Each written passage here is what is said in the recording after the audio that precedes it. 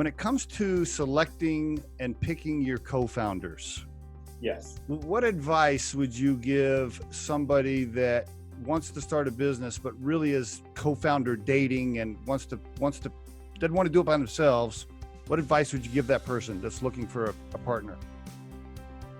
Yeah, so I see this go wrong all the time. So I think if you're an individual right now and you don't have a co-founder, I think actually by starting and doing the things manually, that gets momentum. And then once you show potential traction or show that what you're going to be working on works, you can bring in the right partners and co-founders and kind of bless from there.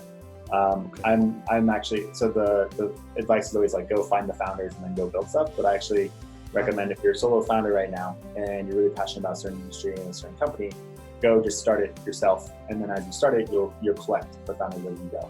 One of the things that was successful with Augur is kind of my two co-founders, Laura and Brandon, definitely needed an operations / more sales marketing person.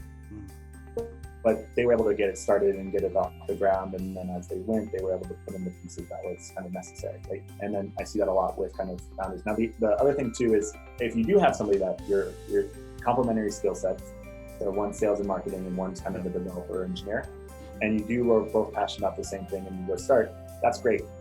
What I see go wrong though is you have two sales and marketing people want to work together, and that usually goes wrong because roles and responsibilities don't get delineated and you're not filling out kind of your other roles. And so you want to make sure that if you're starting with somebody, that they actually have skill sets that you don't necessarily have as a founder. So if you're very technical and engineering focused, you definitely want a sales and marketing person. If you're kind of sales and marketing, you want somebody that's more technical, but if you're doing software. Do you recommend, does everything have to be set up and perfect? And what I mean by that is, do they need a super clean, full-blown operating agreement right when they start? Do they need a cap table? Do they need to call a lawyer and have them draw up paperwork? Do you coach and preach that to early co-founders, or do you just say, just go for it, and 6 months later you can do it? What's your advice there? Yeah, so depends on your situation. So I think if you're starting it yourself and you're going forward, then obviously I think you don't need that stuff because you obviously own it and can make all that stuff and you bring on new co-founders. If you're starting it with, it depends on the co-founder you're starting it with. Mm-hmm. If you have like a pre-built relationship, and I always say what you should do is you should talk about what the equity splits are going to be up front. Okay. And then as it time, like I think too many founders create the C Corp and go through the legal and all that before it's valid. So I would definitely make sure that you're looking at it valid. But I think what you should do is you should be picking another founder that you have integrity and trust with. So that way when the conversation comes and when that moment happens, it's kind of like you're on the same page about what that founder is going to be. So like with Augur, it was very clear. I made that clear to my two co-founders, like if I'm going to do this with you, then if I do join, it would be as like an equal third co-founder. And that made the process, when it came, it was no like humongous surprise. Yeah. Okay. So, I appreciate you sharing that. I did have somebody tell me one time, I heard somebody say, hey, look, put a few checks in the bank and get some revenue going, and then you can worry about hiring a lawyer to draw up some paperwork. Yeah, exactly.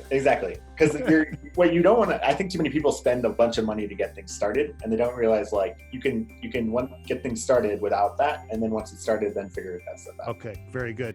The Riderflex podcast features entrepreneurs, business executives, and the stories behind how they got there, as well as daily tips on career advice and job interviews. Our show can be heard just about anywhere these days, but you can visit riderflex.com and click on the podcast page to hear all the previous episodes and learn more about the recruiting and consulting services we provide. Contact us at the email address info@riderflex.com or 888-964-5876. Thanks so much for listening, and if you enjoy our show, please be sure to subscribe to our channel and like the episodes.